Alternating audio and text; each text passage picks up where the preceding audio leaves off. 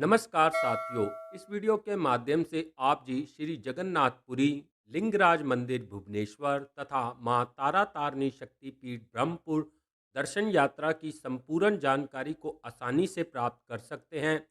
अतः कृपया करके इस वीडियो को अंत तक जरूर देखिएगा। इस दर्शन यात्रा पर जाने से पूर्व आप जी को पुरी जाने के लिए रेल टिकट एडवांस में ही बुक करनी होगी। यदि किसी कारणवश आपको पुरी की टिकट नहीं मिलती तो आप जी खुर्दा रोड जंक्शन या फिर भुवनेश्वर जाने वाली रेलगाड़ी की भी टिकट बुक करवा सकते हैं। इन दोनों ही रेलवे स्टेशनों से आप बस या रेल के माध्यम से आसानी से पुरी पहुंच सकते हैं। मैंने अपनी यात्रा की शुरुआत अपने मित्र किट्टू जी के साथ दिनांक 1 जनवरी 2024 को दिल्ली के आनंद विहार रेलवे स्टेशन से सुबह 8 बजे चलने वाली गाड़ी संख्या 22806 से की, जिससे हम दिनांक 2 जनवरी 2024 को शाम 6 बजे के आसपास भुवनेश्वर पहुंच गए। भुवनेश्वर रेलवे स्टेशन के नवीनीकरण के कारण वहां पर रिटायरिंग रूम की सुविधा कुछ समय के लिए उपलब्ध नहीं है। हम प्लेटफॉर्म नंबर 1 से बाहर आ गए और वहां से हम कुछ ही कदमों की दूरी पर स्थित मास्टर कैंटीन बस स्टैंड पहुंच गए। वहां से हम 32 नंबर वाली मो बस में बैठकर महज आधे घंटे में लिंगराज मंदिर पहुंच गए, जिसका किराया महज 15 रुपये प्रति व्यक्ति था। लिंगराज मंदिर के पास स्थित बिंदु सागर झील के पास बनी दो धर्मशालाओं में हमने कमरे के लिए पता किया, पर वहां कमरा होने के बाद भी हमें कमरा नहीं दिया गया।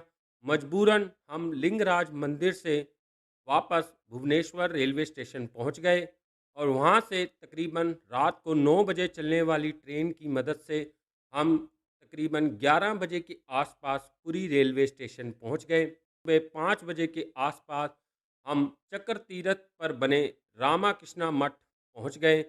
वहां पर कमरों की बुकिंग एडवांस में ही करवानी होती है, जिसका किराया 400 रुपये होता है। पर वहां पहुंचने पर हमें अधिकारी ने बताया कि कमरे का किराया 400 रुपये प्रति हेड है, इसलिए आपको 800 रुपये कमरे का किराए का भुगतान करना होगा। और उसने हमसे काफ़ी रूखे भाव में बात की, इसलिए हम ऑटो में बैठकर वहाँ से भारत सेवा आश्रम आ गए, जहाँ हमें 500 रुपये में बहुत ही सुंदर कमरा मिल गया। भारत सेवा आश्रम के पास ही गुरु नानक यात्री निवास भी स्थित है। आप वहाँ पर भी 600 से लेकर 1100 रुपये तक रूम आसानी से प्राप्त कर सकते हैं। है भारत सेवा आश्रम के बने कमरे में हमने कुछ देर आराम किया और फिर हम जगन्नाथ मंदिर जी के दर्शन करने निकल पड़े, जो कि भारत सेवा आश्रम से थोड़ी ही दूरी पर स्थित है। भगवान जगन्नाथ जी के पावन स्वरूप के दर्शनोपरांत हमने मंदिर परिसर में ही मौजूद अन्य मंदिरों की बनी मणिमाला के भी दर्शन किए और प्रभु जी का आशीर्वाद प्राप्त किया। इसके बाद हम मंदिर परिसर के पास बने आनंद बाजार में पहुंच गए और वहां पर हमने प्रभु जी का महाप्रसाद ग्रहण किया और वापस अपने कमरे में लौट आए। शाम के समय हम पुरी के समुंदर के नज़ारे लेने चले गए और वहाँ से हम फिर आगे लोकनाथ मंदिर के दर्शनों हेतु आगे चले गए। ऑटो वाले ने मंदिर तक के लिए हमसे 80 रुपये तक का किराया लिया। लोकनाथ मंदिर भगवान शिव का एक पुरातन मंदिर है, जहाँ माना जाता है शिवलिंग की स्थापना भगवान राम ने की थी और यहाँ पर गुप्त शिवलिंग को महाशिवरात्रि के समय ही भक्तों के दर्शनों हेतु खोला जाता है। लोकनाथ मंदिर के दर्शनोपरांत हम ऑटो में बैठकर गुरुद्वारा आरती साहिब पहुंच गए। गुरुद्वारा आरती साहिब में भी आपको महज 600 रुपये से लेके 800 रुपये में आसानी से रूम मिल जाएगा।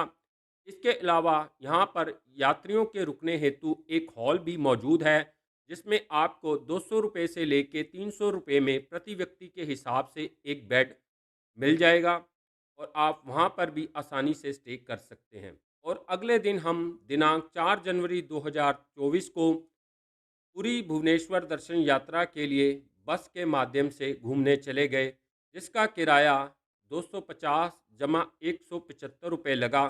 सर्वप्रथम बस वाला हमें गोल्डन बीच ले गया। वहाँ हमने समुंदर के नज़ारे लिए और उसके बाद हम कोणार्क में स्थित सूर्य मंदिर के दर्शनों हेतु आगे बढ़ गए और वहाँ पर हमने इस पुरातन मंदिर के दर्शन किए।